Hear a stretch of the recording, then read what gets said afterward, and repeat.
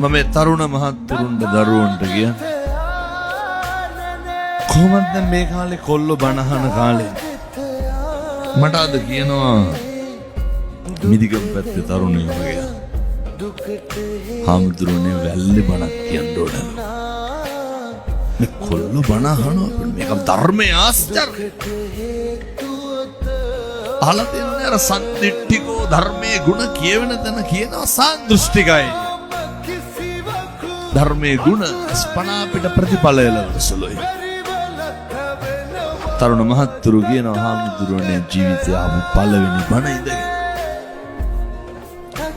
කොල්ලෝ කියනවා හාමුදුරුවනේ මෙතෙක් කල් වැරදි කෙරුවේ මම මොනවාද මේ නේද කෝටු කෑලි වගේ ඇඟවල් තියාගෙන නිකන් 50කට විතර ගහන්න කතා කරන බටව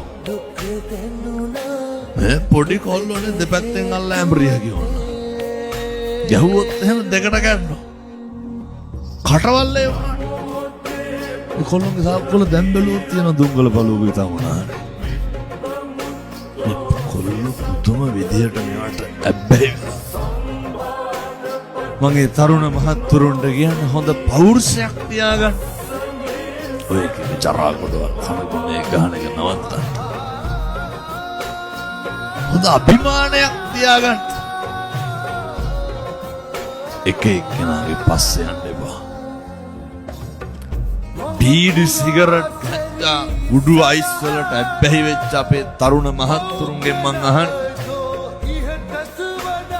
තරුණයන්ට මේක වළක්වා ගන්න ඕනේ. උමනාව තියනවා මේකෙන් මගහැරෙන්න ඕනේ. මේකෙන් මිදෙන්න ඕනේ. ඇත්තට කොහොම වැරදුනේ ඇයි? ඇසුරම බලපෑවි වෙන්න. යාළුවමයි කෑවේ. රාත් 10ට 11ට 12ට ගෙදරට කොල්ලොන්ගෙන් ඇහුවොත් එහෙම අන්තිමේට කවද්ද අම්මා තාත්තා එක බත් කෑවේ කියලා මතක නෑ දන්නේ.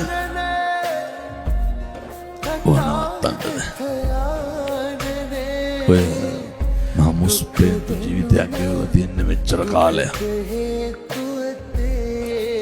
දුම විදිහට මෙහෙම කියනකොට කොල්ලෙක් මට කියනවා හාමුදුරනේ නවත්තන්න අමාරුවලු සික්ලු දැන්. ඒ කොල්ලා දැන් ඇතුලේ මේ දවස්වල අහුවෙලා මාස 6කට ගිහිල්ලා. මම දැන් පැටිය එනකන් ඉන්නේ ඇතුලේ කොහොමද සික්ක කඩාගත්තේ කියලා අහන්නේ. ඇතුලට කිව්වොත් එහෙම දැන් ඉන්න බෑ වෙවුල්නවා කිව්වොත් එහෙම මොකද කරන්නේ? එහෙම ජේල මහත්තුරු ඇවිල්ලා මම තඩි ගහනවා මිසක් කවුරු මොනවද කරන්නේ? ඇතුලේ සික් නැහැ.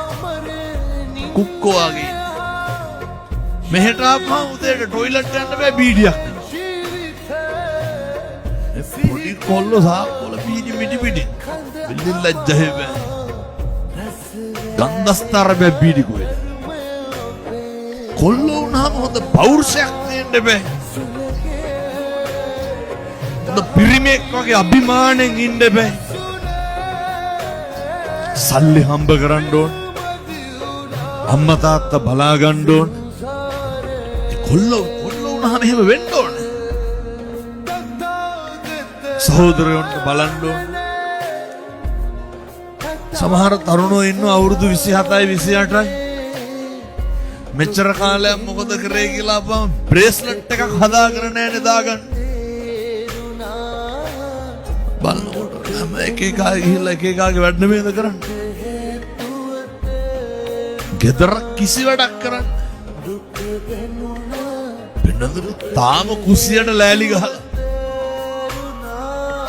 ටොයිලට් එකේ දොරට එක්ක ගෝණි පඩංගුවක් නැත්තම් තහඩුවකට රීප පටියක් ගහලා දැන් ගෙදර ඉන්න අවුරුදු 27 28 දඩප්පර තරුණයෝ උන්ට කිසි ගාණක් නැහැ. අම්මා තාත්තා හම්බ කරන එකෙන් කාලා ඉන්නවනේ. ඔය හැන්දෑවට මොකෙක් හරි අල්ලගෙන ජරාවක්. මේ තරුණ ජීවිත අපරාධ පිනතුනේ. මගේ සත්පුරුෂ තරුණයන්ට කියන්නේ.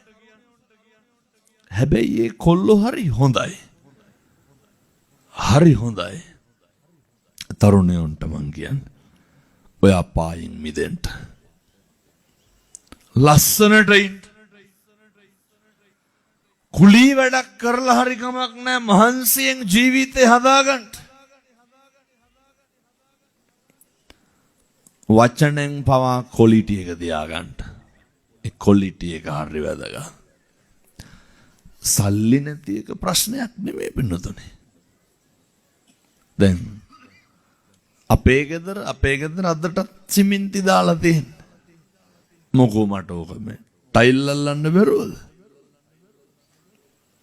නේ මිනිස්සු කොච්චර මට ගෙවල් දෙන්න හදනවද? කොච්චර ඉඩ කඩ වෙනතුන් මේ වෙනකොට කැප් 3ක් දෙන්න හදලා තියෙනවා. අන්න එකක් පන්සලේ නවත්තලා ගිහින් තියෙනවා හයිලක්ස් එක. ඕනතර. නමුත් තරුණයෙක් වුණාම හොඳ මේ දුප්පත්කම නැති බැරිකම ජීවිතේ කිසිදාක අනෙකගෙන් යැපෙන්න බලාපොරොත්තු වෙන්න එපා.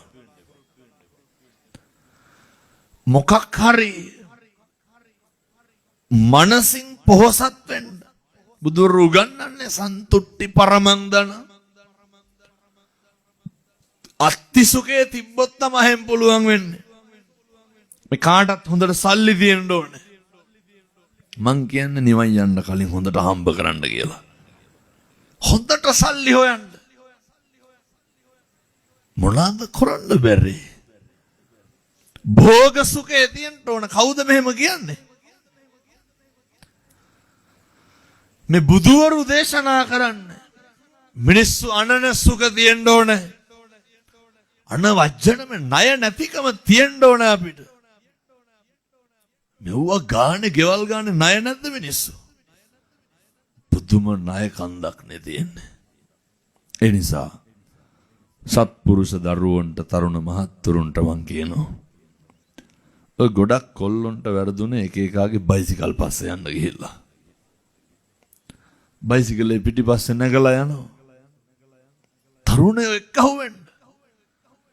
මේ ගම් වලින් මත්ද්‍රව්‍ය අයින් කරලා දාන්න. කොල්ලෝ නම් කමක් නැහැ මේ ළමයි ඉන්න තාත්තලා. මස් කිලෝ එකක් ගෙදරට ගෙනල්ලා නැහැ.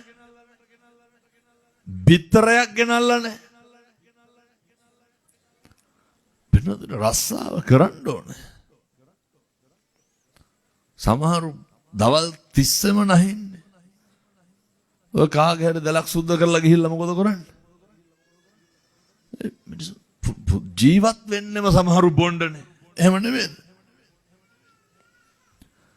පින්නදුනේ මිනිස්සු වෙලා ඉපදුනාම මේකෙන් හොඳට වැඩ ගන්න. මේක අපරාධ.